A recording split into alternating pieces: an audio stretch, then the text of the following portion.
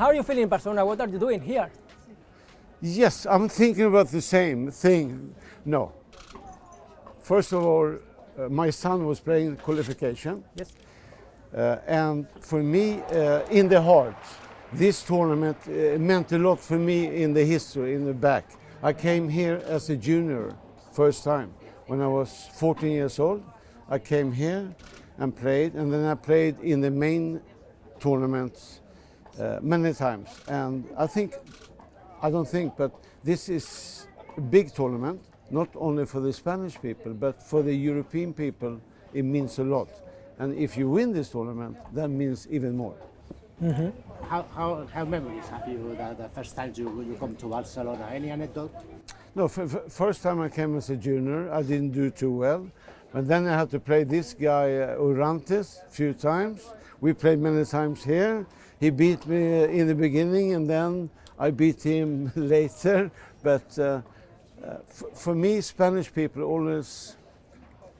you always have good players. From Santana, Gimeno, Orantes, and then you have all the rest. So for me to be in Spain, I love Spain. I love the things you do for tennis in Spain. That's very important. So that's why it was very important for me to come to this particular tournament to play.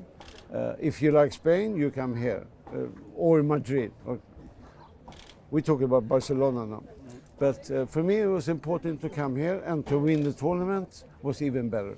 Is only tennis, or did you make any visit? No, I've seen Barcelona. I've been so many times here, and I know everything. But the most satisfaction thing is to win the tournament, of course. That's why you come here. Yes, of course. And you played this tournament many times, but you retired early, young. Yeah. Have you ever thought you should have retired later? I think I was not even 26 when I retired from tennis. I lost my motivation. But tennis is always been part of my life. I love the sports. I follow the sports. I'm involved in tennis. But question is, maybe if I would continue to play, maybe I could have won more tournaments, more matches, more tournaments.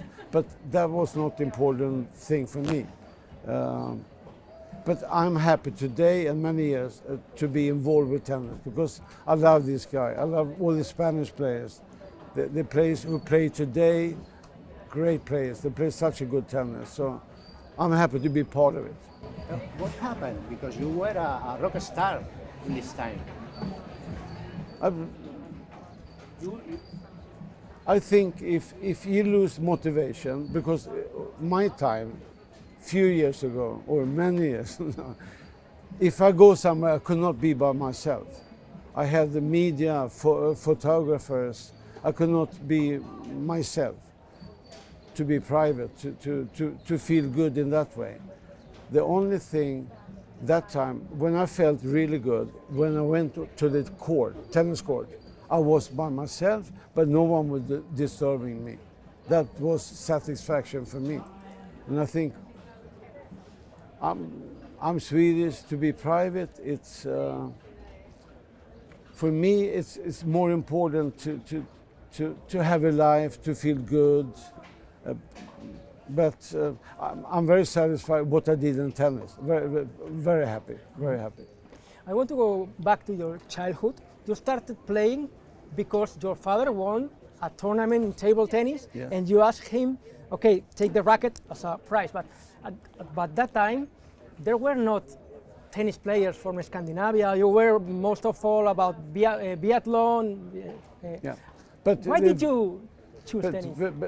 But that particular moment in life, I was playing a lot of table tennis, and and my father, when he won the tennis racket, can you pick this racket?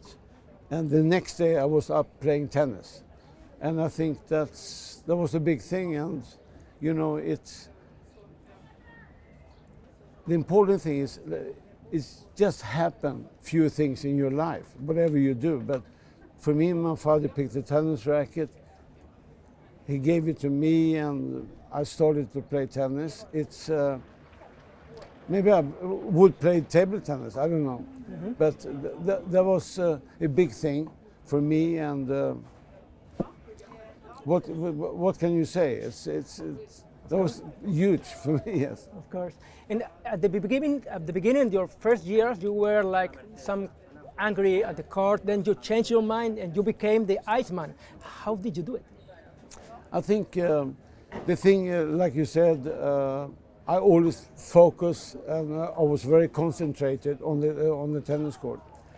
When I was younger, I behaved very bad on the tennis court. I was cheating, swearing, throwing rackets. So my club in my hometown, they suspended me for 6 months, so I could not play tennis.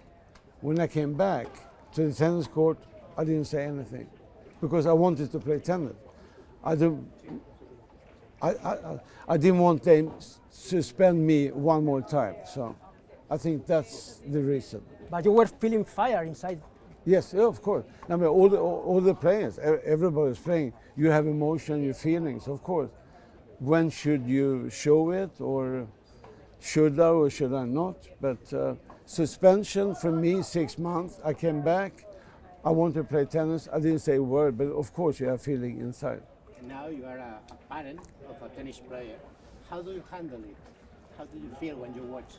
No, but our son, he plays tennis. He's traveling a lot. He plays good tennis, and I told my son, "You have questions." His name is Leo. You have questions, you can always come to me and ask something. He never. And then my son said, "You don't understand anything about tennis." Okay, thank you very much. But if you have, you can always come to me. But he has a good team with him. So they're traveling, and still today, if you have a question, come to me. I explain, but no, he's not doing it. Concerning that, the culture of tennis has changed a lot in the last years. For example, when you played now versus how your son plays, do you think they have a kind of a different effort culture now that when you No, play? I think mentality tennis player, we all the same. Even when I play the guys today, the different tennis change a lot. Today they hit the ball so much harder than we did.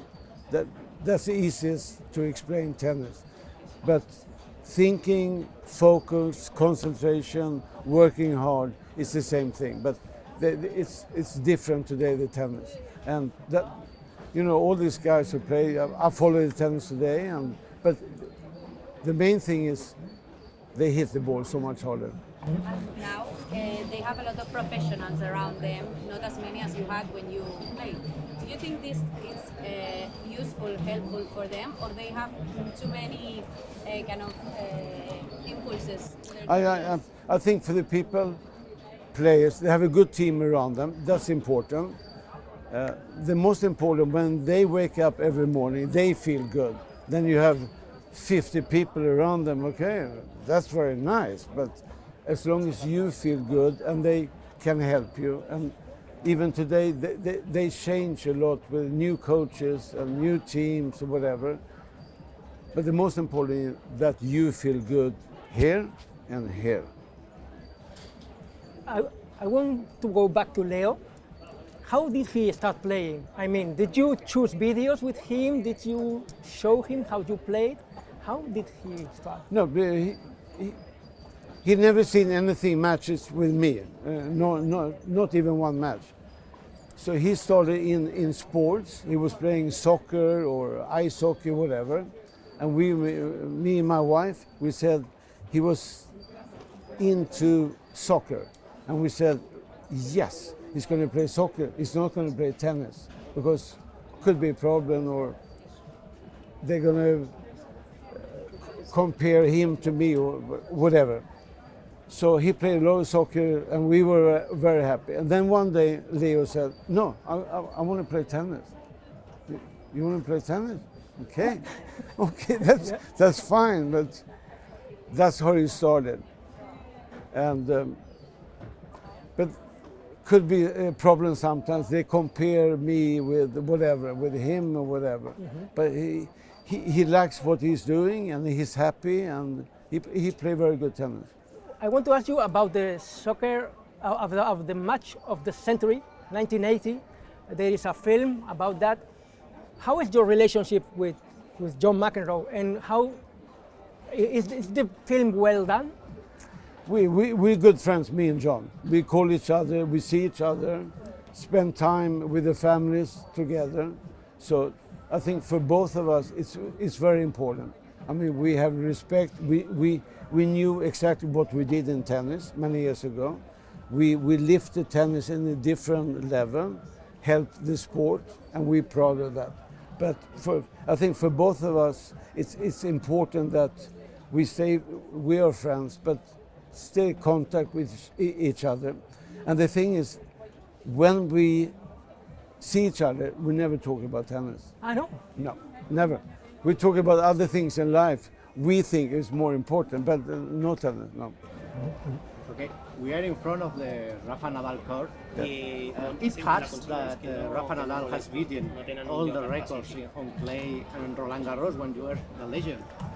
Rafa is king of tennis, king on clay. He's a good friend of mine. I love Rafa. He's unbelievable, this guy. And what he did for tennis, he broke so many records, but as a person and what he did for tennis in general in the world is unbelievable. We all love Rafa. We do. And last, do you have any regrets on your career or something you wish you have done that you never did? Maybe winning US Open. I won a lot of tournaments, but I'm not thinking about it. But if regrets, yeah, maybe, yeah, it would be nice to have won the US Open. Yes.